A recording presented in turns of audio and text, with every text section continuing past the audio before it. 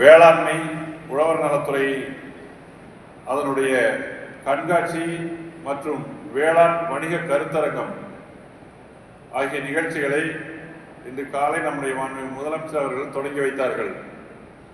அதனுடைய ஒரு பகுதியாக தற்பொழுது வேளாண் வணிக கருத்தரங்கம், இந்த கருத்தரங்கம் நடைபெற்றுக் கொண்டிருக்கிறது. இதை நம்முடைய மரியாதைக்குரிய வேளாண் உற்பத்தி ஆணையர் மற்றும் அரசு செயலாளர் அவர்கள் தொடங்கி வைத்து இந்த நிகழ்ச்சியை நீங்கள் அனைவரும் கலந்து கொண்டு இந்த நிகழ்ச்சியில் கலந்து கொண்டு இதை நடத்தி கொண்டிருக்கின்றோம். இந்த நிகழ்ச்சியை தொடங்கி வைத்த நம்முடைய வேளாண் உற்பத்தி ஆணையர் அவர்களுக்கும், இந்த நிகழ்ச்சியிலே எனக்கு முன் உரையாற்றிய நம்முடைய வேளாண் வணிகத்துறையினுடைய ஆணையர் அவர்களுக்கும், இந்த நிகழ்ச்சிகளை எனக்கு பின்னர் உரையாற்ற இருக்கும் நம்முடைய வேளாண் பொறியியல் துறையின் முதன்மை செயலாளர் அவர்களுக்கும், அதே போல வேளாண்மை துறையினுடைய இணை இயக்குனர் அவர்களுக்கும் மாலை வணக்கத்தை தெரிவித்துக் கொள்கிறேன். இங்கே குழுமியிருக்கும் அனைத்து துறைகளை சேர்ந்த வேளாண்மை உழவர் நலத்துறையை சார்ந்த அனைத்து துறையை சார்ந்த பல்வேறு அலுவலர்கள், இங்கே வருகை புரிந்திருக்கும் நம்முடைய உழவர் பெருமக்கள் அனைவருக்கும், அதே போல ஊடக நண்பர்கள் மற்றும் இந்த அரங்கினுள்ளே சிறப்பு பணியிலே உள்ள அனைத்து நண்பர்களுக்கும் மாலை வணக்கத்தை தெரிவித்துக் கொள்கிறேன். இந்த நிகழ்ச்சியானது நம்முடைய உழவர் நலத்துறையினுடைய வேளாண்மை உழவர் நலத்துறையினுடைய முக்கியத்துவத்தை நாம் அனைவருக்கும் எடுத்துரைக்கும் வண்ணம் அமைவதற்காகத்தான் இந்த நிகழ்ச்சி நடைபெற்றுக் கொண்டிருக்கின்றது. அதை மீண்டும் வலியுறுத்தும் வண்ணமாக ஏற்கனவே நம்முடைய திருவள்ளுவர் அவர்கள் கடந்த 2000 ஆண்டுகளுக்கு முன்னரே பல்வேறு குரட்பாக்களை கூறி சென்றுள்ளார்கள். அதில் ஒன்று, அதை சொல்லி நான் என்னுடைய கருத்துக்களை இங்கே பதிவு செய்ய விரும்புகின்றேன். சுழன்றும் ஏற்பினது உலகம், அதனால் உழந்தும் உழவே தலை. எந்த ஒரு காலகட்டமாக இருந்தாலும் அந்த உழவு அப்படிங்கிற தொழிலுக்கு பின்னால் தான், இல்லை அதை மையமாக வைத்து தான் இந்த உலகமே சொல்லிட்டு இருக்கு. ஏன்னா நாம் இந்த உழவு தொழில் மூலமாகத்தான் நம்முடைய உணவை உற்பத்தி செய்து கொள்கிறோம். உயிர் வாழ்வதற்கு உணவு கட்டாயம் அவசியம்.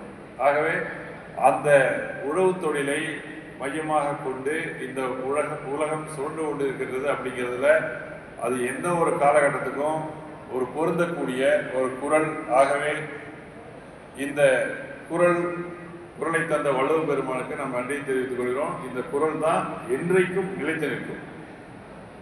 இப்போ நகர்ப்புறங்களில் இருந்தாலும் சரி, எந்த வெளிநாடுகளில் இருந்தாலும் சரி, இல்லை கிராமங்கள் இருந்தாலும் சரி, அனைவரும் நாம் உணவு உண்டுதான் ஆகணும். அந்த உணவை விளைவிப்பவர்கள் உழவர் பெருமக்கள். அது நிலத்திலிருந்து தான் நமக்கு விளங்கி ஆகணும். அதை விளைவிப்பவர்கள் நம் உழவர் பெருமக்கள். இதை நாம் மையமாக கொண்டு என்ன பண்ணுறோம், பல்வேறு காலகட்டங்களை நம்ம தாண்டி வர வேண்டியது இருக்கு. உதாரணத்துக்கு, நாம் ஒரு பயிரை பயிரிடும்போது அந்த பயிரிடுற காலகட்டத்தில் நமக்கு ஏற்ற சீதோஷ நிலைகள்லாம் இருக்கலாம். ஆனால் அது ஒரு 15 நாள் அல்லது ஒரு மாதம் கழித்து பார்க்கும் பொழுது அந்த பயிர் பல்வேறு கடினமான காலகட்டங்களை தாண்ட வேண்டிய சூழ்நிலைகள் வரலாம். மழை இல்லாமல் போகலாம், அல்லது அதிகமான மழை பெஞ்சு பயிர் அழிஞ்சு போகலாம். இப்படியெல்லாம் இருக்குது. இப்படிப்பட்ட கடினமான சூழ்நிலைகளை தாண்டி தான் உழவர் பெருமக்கள் நமக்கு, உழவர் பெருமக்களாக நீங்கள் மற்றவர்களுக்கு உணவை அளித்துக் கொண்டிருக்கின்றீர்கள். இப்படி உணவை அளித்துக் கொண்டிருக்கின்ற உழவர் பெருமக்களுக்கு அரசு பல்வேறு வகையான திட்டங்களை வகுத்து கொடுத்து, அந்த திட்டங்கள் வாயிலாக நாம் உணவை உற்பத்தி செய்வதற்கும், மேலும் அந்த உணவை இருப்பு வைத்து நாம் அடுத்த வரக்கூடிய காலகட்டங்களுக்கு நாம் அதனை எடுத்துக்கொண்டு செல்வதற்கும் வழிவகுத்துக் கொண்டிருக்கின்றது. தொடர்ச்சியாக அந்த பணியிலே அரசாங்கம் ஈடுபட்டு கொண்டிருக்கின்றது. அப்படி ஈடுபட்டிருக்கக்கூடிய பணிகளில் உதாரணத்துக்கு ஏற்கனவே நம்முடைய வேளாண் உற்பத்தி ஆணையர், அப்புறம் மார்க்கெட்டிங்கினுடைய ஆணையர் அவர்களும், வேளாண் விற்பனை ஆணையர் அவர்களும் அவங்களுடைய கருத்தில் கூறியிருக்கிறாங்க. அரசு பல்வேறு திட்டங்களை வகுத்து கொண்டிருக்கின்றது. இது அல்லாமல் வேளாண்மை துறை, தோட்டக்கலை துறையில் பல்வேறு திட்டங்கள் வந்து அரசாங்கம் வகுத்து கொண்டிருக்கின்றது. அதுல முதல்ல தோட்டக்கலை பயிரினுடைய முக்கியத்துவம் என்ன அப்படிங்கிறத பார்க்கலாம்.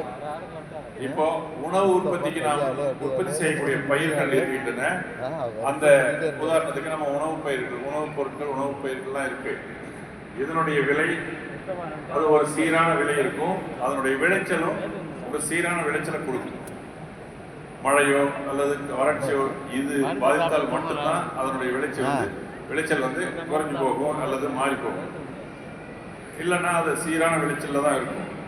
தோட்டக்கலை பயிர்கள் எதற்காக அதனுடைய முக்கியத்துவம் பெறுது அப்படின்னா, நாம் நமக்கு வந்து காய்கறிகள் தேவை, அதே போல பழங்கள் தேவை, அப்புறம் கீரை வகைகள்லாம் தேவை, அப்புறம் மலைப்பயிர்கள் ஏலம், கிராம்பு, பட்டை இது போன்ற பொருட்களும் நமக்கு தேவை, அப்புறம் பூக்கள் தேவை, அப்புறம் அது